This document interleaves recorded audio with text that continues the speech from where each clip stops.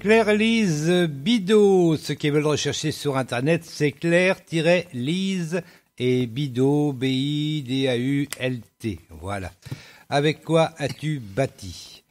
On écoutera encore au moins une autre chanson. Ça devrait être en principe Ma brebis. Et puis si on peut passer la troisième, ça sera Au commencement. Voilà, je vous dis les titres. On va rappeler la question de peu trop de l'éternel, hein, Martine? Oui, mon amour. Bah oui. Alors, la question de peu trop de l'éternel. Nicodème était un pharisien. Vrai ou faux? Voilà. Alors, les twittos ont répondu à 62% vrai et à 38% faux. Ont-ils raison? On le saura tout à l'heure à la fin de l'émission. Maintenant, ceux qui ont écouté l'émission il y a 2 semaines, eh ben, en principe, ils devraient avoir la question. Puis si vous reprenez votre Bible, bon, c'est facile. Eh ben, on va écouter donc le chapitre 5. J'espère que c'est la deuxième partie. Donc là, normalement, vous allez avoir la première partie au début et puis la deuxième partie. Mais là, bon.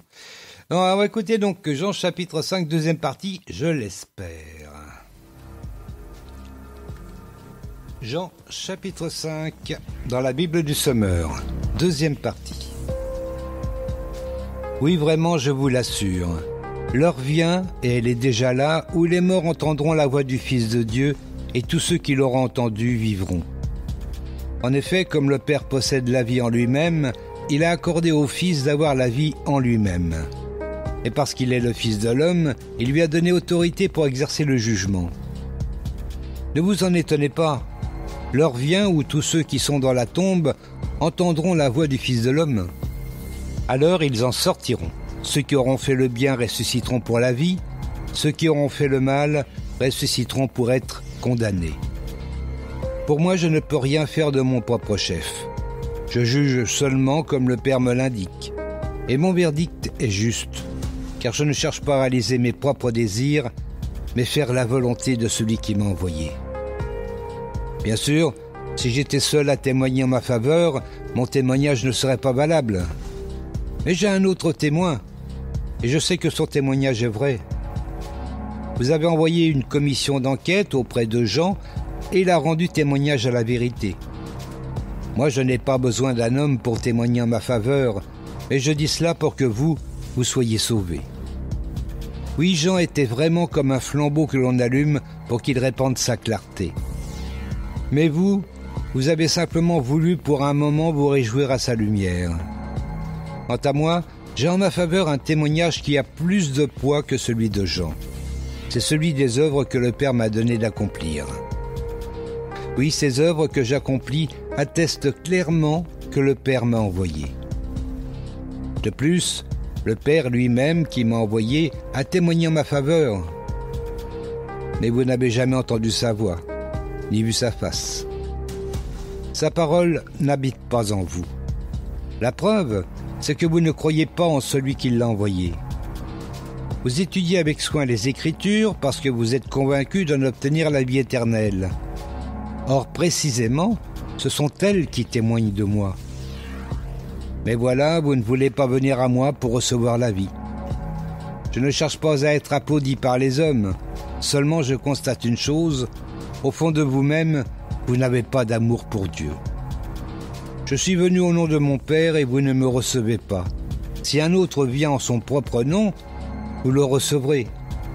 D'ailleurs, comment pourriez-vous parvenir à la foi alors que vous voulez être applaudis les uns par les autres et que vous ne recherchez pas la gloire qui vient de Dieu seul?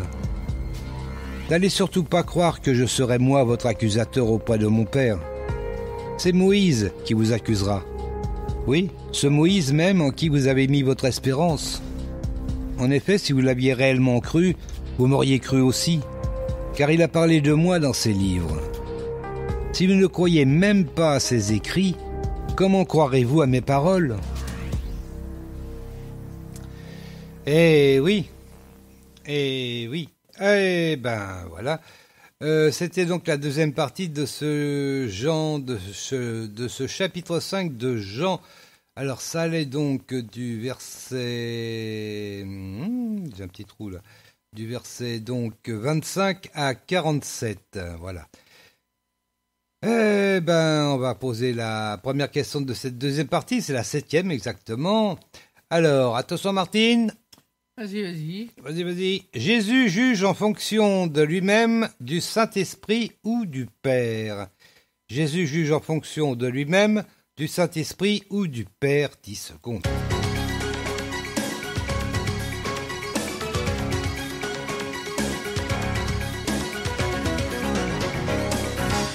En fonction du Père. En fonction du Père. Eh ben oui.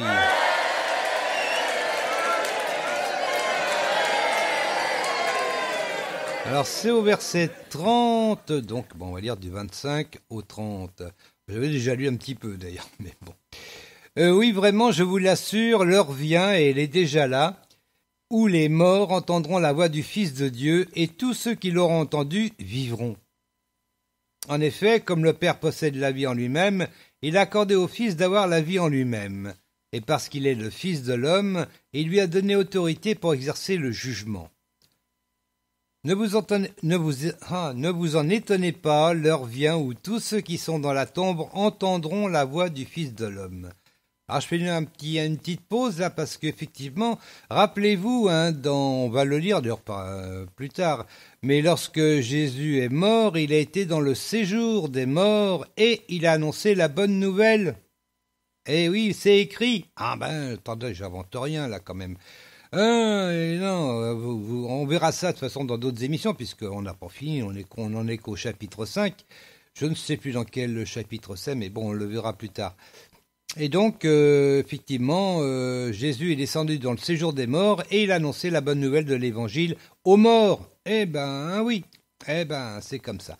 Et puis, donc c'est un peu ce qu'il dit ici, au verset 28, « Ne vous en étonnez pas, l'heure vient où tous ceux qui sont dans la tombe entendront la voix du Fils de l'homme. Alors ils en sortiront, et ceux qui auront fait le bien ressusciteront pour la vie. » Alors tout ça, c'est bien sûr la vie spirituelle, la vie dans le royaume de Dieu, pas forcément sur terre. Bon. Ceux qui auront fait le mal ressusciteront pour être condamnés, par contre. Oui. Pour moi, je ne peux rien faire de mon propre chef. Je juge seulement comme le Père me l'indique, et mon verdict est juste, car je ne cherche pas à réaliser mes propres désirs, mais à faire la volonté de celui qui m'a envoyé. Voilà, donc le Père. Oui. Donc c'était une bonne réponse de Martinette encore. Dis donc, elle est forte, Martinette. Dis donc. Question suivante, c'est la question 8. Alors, Jean était comme un flambeau, une bougie ou un feu de camp. Jean était comme un flambeau, une bougie ou un feu de camp. Allez, 10 secondes.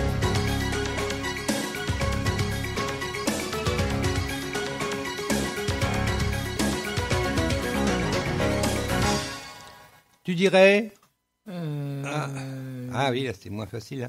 Jean était comme un flambeau, une bougie ou un feu de camp. Oui, je dirais comme une bougie. Tu dirais comme une bougie. Et non. Fallait bien que je la fasse. Le sans faute, ça sera pas pour cette fois. Non. Alors.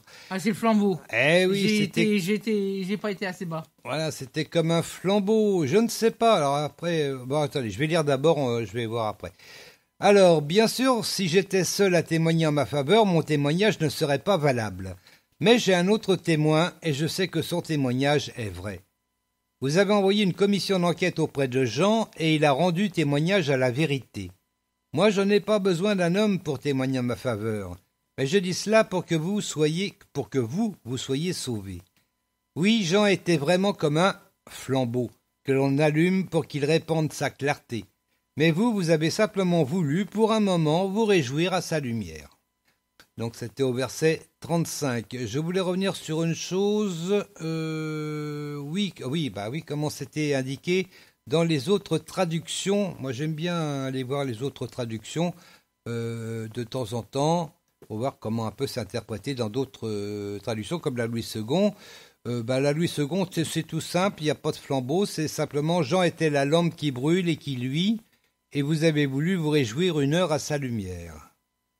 Dans la traduction œcuménique, c'est Jean fut la lampe qu'on allume et qui brille, et vous avez voulu vous réjouir pour un moment à sa lumière. Il n'y a pas de très grosse différence. Je vais aller dans le maître de Sacy, voir si c'est différent, je pense pas. Jean était une lampe ardente et luisante. Oh, c'est joli. Vous avez voulu vous réjouir pour un peu de temps à la lueur de sa lumière. Voilà. Donc, vous voyez, c'est pas des grosses différences, hein, mais j'aime bien le flambeau, moi. Moi, j'aime bien le flambeau. On va passer à la question suivante, Martinette. Attention. Oui. Oui. Alors, la question 9. Pourquoi les chefs juifs étudient les Écritures? Pour l'amour de Dieu, pour obtenir la vie éternelle ou pour manger tous les jours? C'est pas impossible, ça aussi.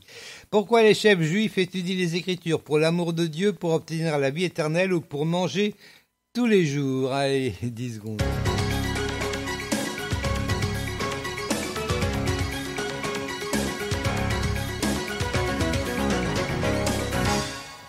Obtenir la vie éternelle. Obtenir la vie éternelle, exactement.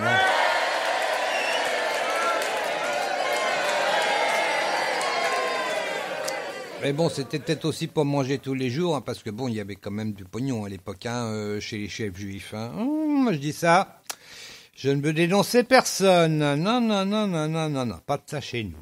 Alors, c'est au verset 39, on en est au 35, alors 39... 35 d'abord. Oui, Jean était vraiment comme un flambeau que l'on allume pour qu'il répande sa clarté, mais vous avez simplement voulu pour un moment vous réjouir à sa lumière. Je l'avais lu. Quant à moi, j'ai en ma faveur un témoignage qui a plus de poids que celui de Jean, c'est celui des œuvres que le Père m'a donné à accomplir. Oui, ces œuvres que j'accomplis attestent clairement que le Père m'a envoyé. De plus, le Père lui-même qui m'a envoyé a témoigné en ma faveur. Mais vous n'avez jamais entendu sa voix, ni vu sa face. Sa parole n'habite pas en vous. La preuve, c'est que vous ne croyez pas en celui qui l'a envoyé. Vous étudiez avec soin les Écritures parce que vous êtes convaincus d'en obtenir la vie éternelle. Or, précisément, ce sont elles qui témoignent de moi. Allez, la question suivante. On en est à la 10e. Non, là, ça va être encore une affirmation. Attention. Jésus cherche à être applaudi. Vrai ou faux? Jésus cherche à être applaudi, vrai ou faux? Allez, un petit 10 secondes, ça fait pas de mal.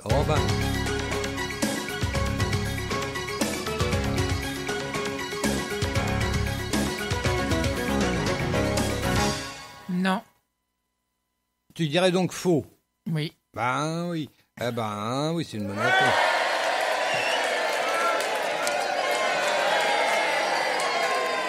Eh oui, Jésus ne cherche pas à être applaudi. Il y en a certains, par contre, ils aiment bien faire applaudir toute la salle pour Jésus. Je pense pas que ça lui déplaise spécialement, mais c'est pas ce qu'il recherche, à mon avis. Moi, je dis ça. Ça y est, je vais encore me faire... encore me disputer. Oui, ça, je dis rien. Je dis rien, j'ai rien dit. Voilà, bon, enfin, tout de même. Alors, donc, non, Jésus ne cherche pas à être applaudi. On lit ça au verset 41. Alors au verset 40, « Mais voilà, vous ne voulez pas venir à moi pour recevoir la vie. Je ne cherche pas à être applaudi par les hommes. » Voilà. Attention, on va pas trop loin. Voilà, je vais pas trop loin, je m'arrête là. Oui. Alors, on va passer à la question suivante du coup. Qui va accuser les Juifs? Qui va accuser les Juifs? Est-ce que c'est Abraham, Moïse ou Élie? C'est vrai que tous les trois, ils reviennent souvent dans mes questions. Oui. Qui va accuser les Juifs? Abraham, Moïse ou